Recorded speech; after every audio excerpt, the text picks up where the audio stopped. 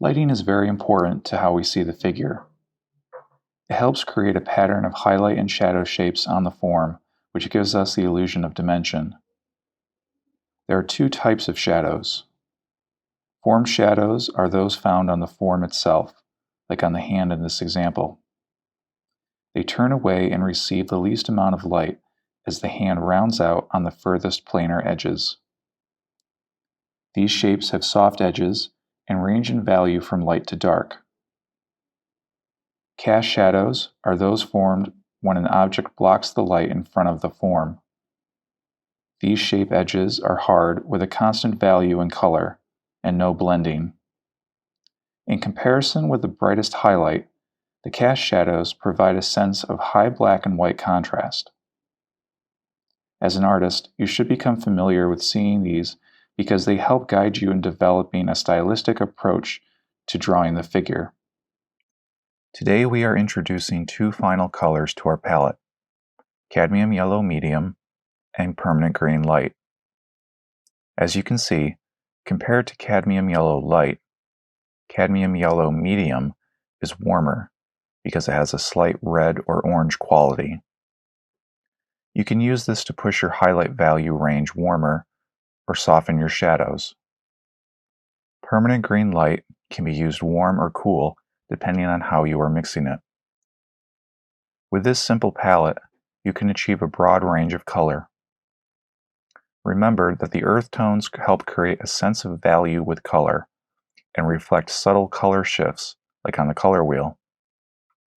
When laid out flat on a figure, the earth tones also provide the feeling of a temperature range that will help you as soon as you tint with color.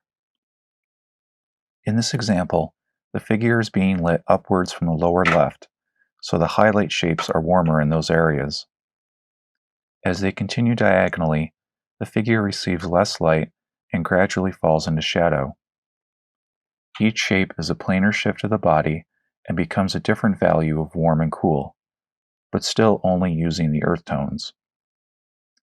Once you see and lay out this map in your own painting, you can slowly tint or glaze over these values to achieve more of a likeness. This is my palette setup. I have a reusable enamel tray to mix my paint on.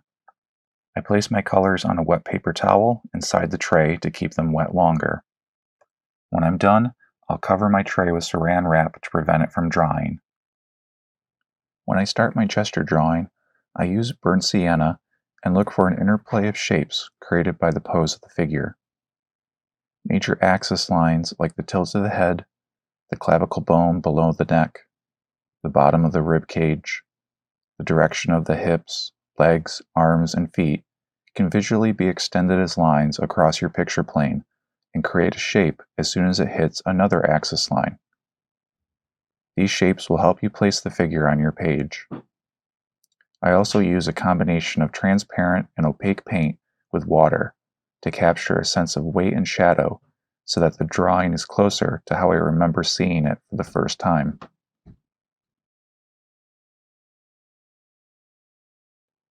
Next, I apply a light wash of burnt sienna again over the top so that the white of the surface is knocked back and all other colors that I add on top will be unified. You can use any earth tone for this and achieve similar tones, but since burnt sienna is the midtone, it can easily be shifted lighter or darker. You can also mix one dominant color to this initial earth tone wash if you know that you want your piece to have an overall color key. Now I'm blocking in my darkest shadow shapes with raw umber because it's the coolest earth tone with a slightly bluish quality. Remember to use a flat brush so that you cover more surface area, and follow the planes of the body because the angle of your shapes will be more correct. Keep looking back and forth between the model in front of you and your paper so that you draw what's really in front of you. Light your model in a way that creates distinct shapes of light and shadow, and it will be easier to paint. Depending on your reference, you may need to accentuate some shadows in order to sculpt the figure from the background.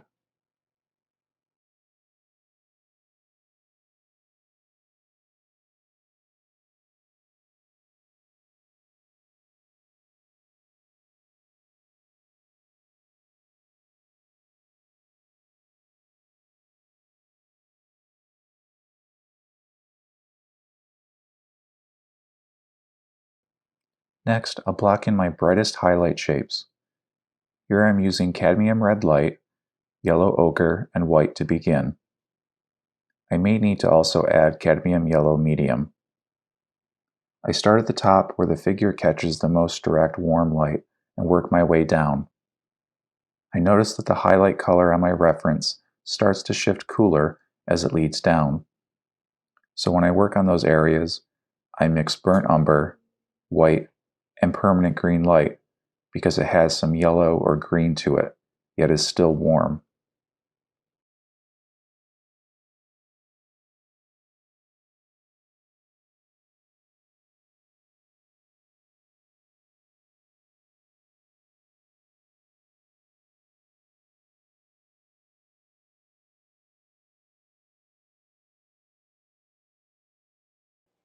Now I block in other shadow shapes with burnt umber. These are areas next to and coming out of the darkest raw umber shadows. They begin to warm up because they are receiving some light. They are not quite dark, but also not that bright. At this point, your figure should have a fairly even amount of value distribution and basic planar structure because the midtone fills in a lot of work between your highlights and shadows.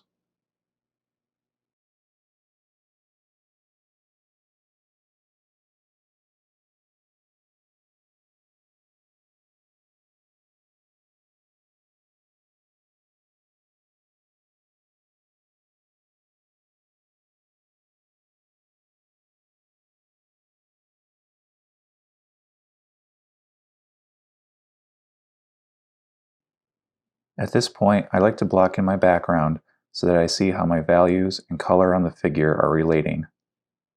I'm starting with white here and then adjusting accordingly. You can get opaque with the white in areas next to the edge of the figure that you want to draw more contrast to and round out the form. I'll get transparent with white in other areas that can just rest back. Notice how there are even shapes in the background. These make the figure come forward and complement the angle of the pose by helping its sense of design within your four edges of the picture plane.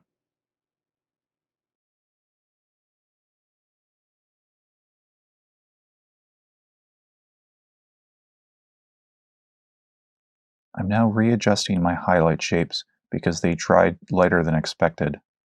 Sometimes this will happen depending on how much tone is on your paper, but often you'll have to figure out as you go. I now add raw sienna in the shapes that are coming out of the highlights and into the midtone. Notice how the raw sienna interacts with the other colors and creates a slightly greenish tone. This connects it with the shadow shapes.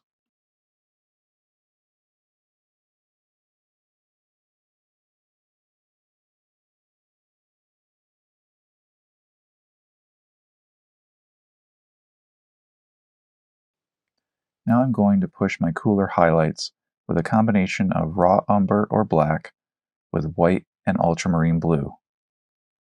I'll also adjust my midtone with Cadmium Yellow Medium, burnt sienna, and Naphthol Crimson.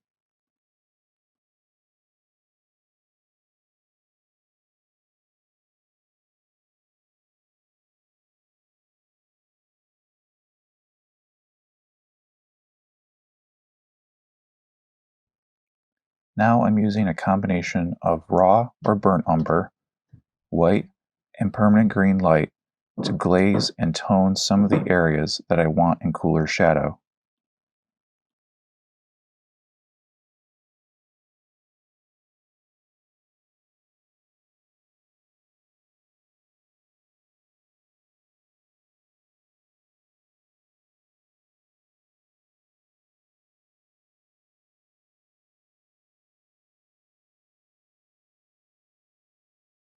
Now that I'm happy with my value distribution, I'm going to concentrate on pushing my color in the highlights and shadows and refine until finish.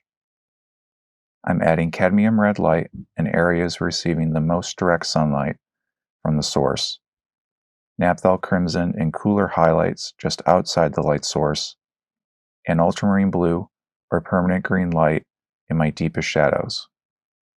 Remember that by adding even the slightest indication of color into a shadow, it will deepen and enrich that shadow by showing more form. Notice that the whites of the eyes are never white. It's the color of the highlight on the cheek, depending on whether it's in light or shadow. In this next example, I'll follow the same steps as before to demonstrate how to tint my earth tone colors warmer or cooler, but I'll work on a figure with a lighter skin tone. In this particular pose, the negative shapes between the forearm and the top of the head and the left arm and the side of the body are just as important to indicate because they render form as well.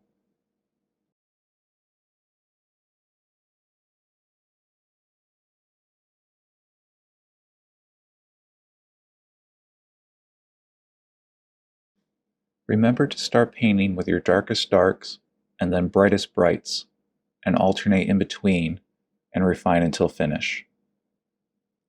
Remember to mix your earth tones first, then tint with color, like red, blue, or green.